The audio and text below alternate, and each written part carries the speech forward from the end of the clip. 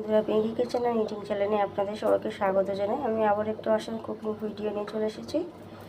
আজকে আমি রান্না করব ইলিশ মাছ আর পার্শে মাছ একসাথে আলু দিয়ে একটু মাখা মাখা ঝোল বানাবো। আর তার সাথে নিয়েছি টমেটো, ধনেপাতা আর কাঁচা লঙ্কা। আমি কালা জিরে দিয়ে বানাবো। একটু অন্যরকমভাবে একসাথে দুটো মাছ রান্না করছি, কারণ আমি আলাদাভাবে করব না, কারণ এখন সময় নেই। আমি প্রায় ভোর 4টে বাজে, দেখে নিন বাইরেটা। এখন ভোর 4টে বাজে, আমি ছেলেকে নিয়ে স্কুলে যাব, তাই আমি একটু তাড়াতাড়ি রান্না করে নিচ্ছি। আর আমি আলুটাও সেদ্ধ করে নিয়েছি। মাছটা এনে একসাথেই ঝাল করে নেব, আলাদাভাবে করব না। আজকে নতুন অভিজ্ঞতা, ট্রাই করব একসাথে মাছ। একটু মাখা মাখা মতন রাখবো। তেলটা গরম হয়ে গেছে, মাছগুলো ছেড়ে দিলাম।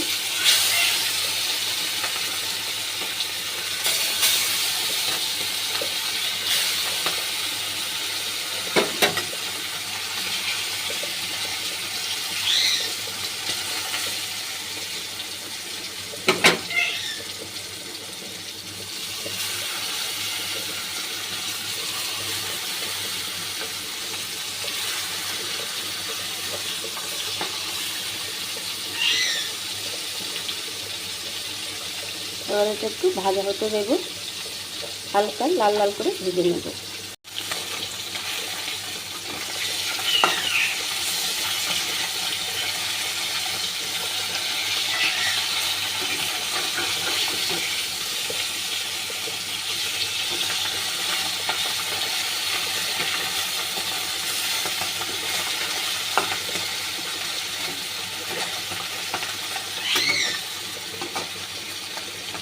এক পিস ভাজা হয়ে গেছে, আর এক পিস হালকা একটু ভেজে নিয়ে আমি তুলে নেব।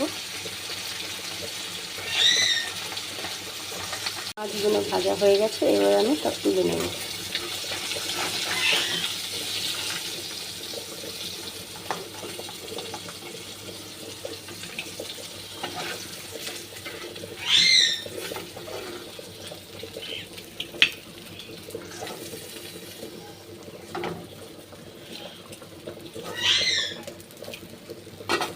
এবার আমি এই তেলেই কালা জিরেটা দিয়ে দেব।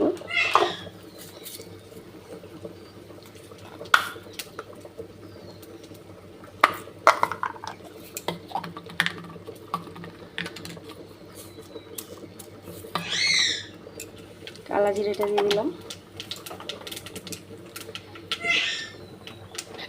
এবার আমি আলুগুলো দিয়ে দেব।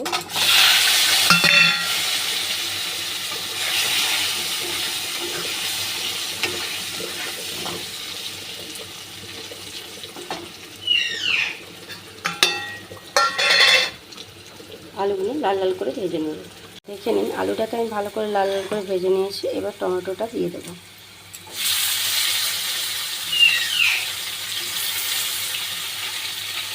কাঁচা লঙ্কাটাও দিয়ে দেবো। একটু ভালো করে নেড়ে চেড়ে নেবে।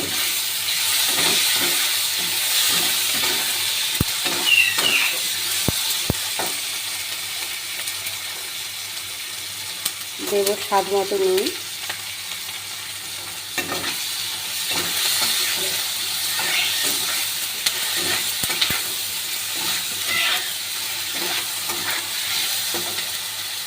দেখুন টমেটোটা গলে গেছে। এবার আমি একটু কাশ্মীরি লঙ্কা দেবো লাল হওয়ার জন্য, খুব বেশি দেবো না।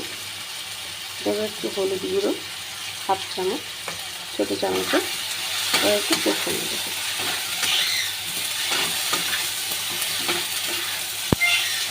এবার আমি জল দিয়ে দেবো।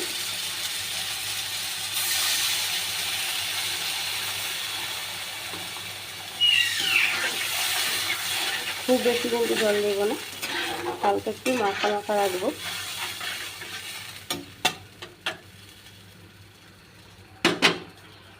এবার আমি এটা ভালো করে একটু হতে দেব, তারপর মাছটা দেবো। ঝোলটা ফুটে গেছিলো, আমি মাছগুলো দিয়ে দিয়েছি। এবার আমি কিছুক্ষণ একটু হতে দেব।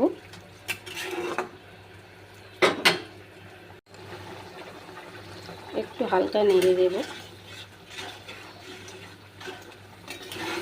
আমি কোনোদিন ইলিশ মাছ আর পার্শে মাছ একসাথে রান্না করিনি, আজকে হচ্ছে স্কুলে যাব, টাইমের প্রবলেম, তাই আমি একসাথেই দিয়ে দিয়েছি।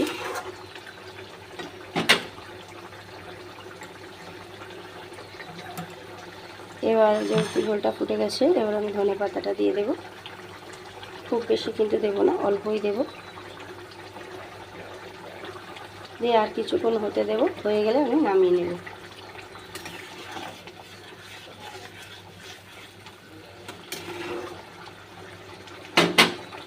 আমাদের বাড়িতে ইলিশ মাছটা খুবই পছন্দ করে, তাই আমি দিয়েছি। দেখে নিন আমার মাখা মাখা ঝোল রান্না হয়ে গেছে, এবার আমি নামিয়ে নেব। দেখে নিন আমি ঝোলটা নামিয়ে নিয়েছি, কত অসাধারণ দেখতে লাগছে। যদি এই ভিডিওটা আপনাদের ভালো লেগে থাকে তাহলে আপনাদের কাছে আশা করব একটু লাইক, কমেন্ট আর শেয়ার, অবশ্যই সাবস্ক্রাইব করতে ভুলবেন না। আর আমারও নতুন নতুন অভিজ্ঞতা আমি খেয়ে অবশ্যই আপনাদের জানাবো। এই রান্নাটা আপনাদের কেমন হয়েছে আপনারা অবশ্যই কমেন্টে জানাতে পারেন। নমস্কার।